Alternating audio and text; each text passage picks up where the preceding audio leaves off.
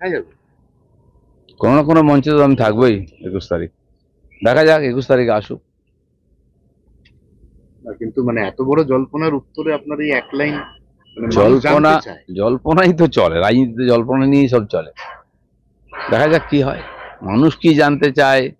সে তো ঠিকই, আপনারা জল্পনা তৈরি করছেন, কেউ জল্পনা তৈরি করছে, জল্পনা নিয়ে রাজনীতি চলছে। অনেকের রাজনীতি জল্পনা দিয়েই হয়। আমাদের জলও নেই আর পনাও নেই, আমাদের রাজনীতি আছে। কিন্তু ফুলবদল, বিশেষ করে পদ্ম থেকে জোড়া, এটা তো, আর জোড়া থেকে পদ্ম, এটা তো হুম, এই রাজ্যে আগেও বহুবার। চলেইছে। হ্যাঁ, সেই দৃষ্টিভঙ্গিতে সবাই বলে। মানে আর আপনার কিছু বিষয় বলুন, এই প্রশ্ন তো রোজ জিজ্ঞেস করতে হবে, এটা ছেড়ে দিন। হ্যাঁ। দাদা 21 তারিখের পর কি তাহলে এই প্রশ্ন আর জিজ্ঞাসা করতে হবে না না, আপনার? প্রশ্ন থাকবে না, উত্তর পেয়ে সমাধান গেল। হয়ে যাবে সব। হ্যাঁ। দ্বিতীয় হচ্ছে যে উদয়ন গুহ বলেছে 8টা জেলা আছে, বিজেপিকে ধরে পেটাতে হবে। ওটা ওই নতুন লাইনে তৃণমূল যাবে বলছে। ना वो ठीक আছে। देखिए, घर का कुत्ता शेर होता है, अपने घर में कुत्ता भी शेर होता है। তো কুচবিহারের বাইরে ওকে কে চেনে? উল্টো যদি হয়, জামা কাপড় খুলে ছেড়ে দিল, কলকাতাতে যদি হয় কি করতে পারবে? এরকম ভাবছেন তো? ক্ষমতা চিরদিন থাকে না। আর ক্ষমতার জোরে আস্ফালন করলে, আর যারা ক্ষমতার দাস, তাদের লোকে ভুলে যায়। বহু লোককে চোখ বোলান না একটু পশ্চিমবাংলায়, এরকম অনেক শের ছিল আগে, তারা কোথায় আছে? বেঁচে আছে, কিন্তু বেঁচে আছে কিনা কেউ জিজ্ঞেস করে না। দাদা গুরুত্ব ঠাকরে মডেল আসছে বাংলায়।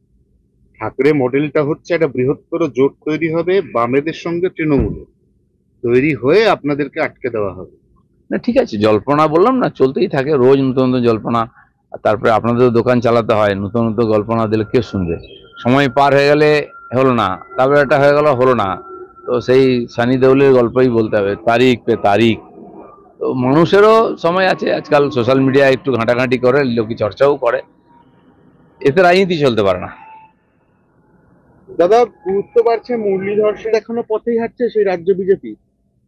সেটা আমি বলতে পারবো না, বর্তমান রাজ্য সভাপতি তিনি ঠিক করবেন কোথায় বসবেন, কিভাবে করবেন। আমাদের অফিস আছে, এটা ঠিক যে মুরলীধর সেন লেনের সঙ্গে একটা আবেগ জড়িয়ে আছে আমাদের।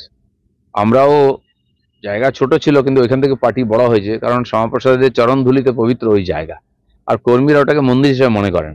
তার মানে পার্টি অফিস হবে কিনা, কিন্তু ওই জায়গার গুরুত্ব তো আমাদের হৃদয়ে আছেই। তার সামনে তিনি তার মূর্তিতে বসে আছেন, বহু সরকারি রিপোর্ট এসে থাকে, নোটিশ এখানে কেন, সারা ভারতবর্ষ জুড়ে বাংলাদেশিদের খোঁজার চেষ্টা চলছে, নোটিশ হচ্ছে। এবং ভোটার হতে গেলে এখন খালি ভোটার কার্ড বা ইয়ে নয়, আধার নয়, তার সঙ্গে রেসিডেন্সিয়াল সার্টিফিকেট বা অন্য কোনো বা জমির দলিল কিছু দেখাতে হবে ধীরে ধীরে। আর এটা কম্পালসারি হবেই, তা না হলে তো এইসব বাংলাদেশিদের তাড়ানো যাবে না। নতুন নতুন আপডেট পেতে সাবস্ক্রাইব করুন নিউজ আপ ডেলি।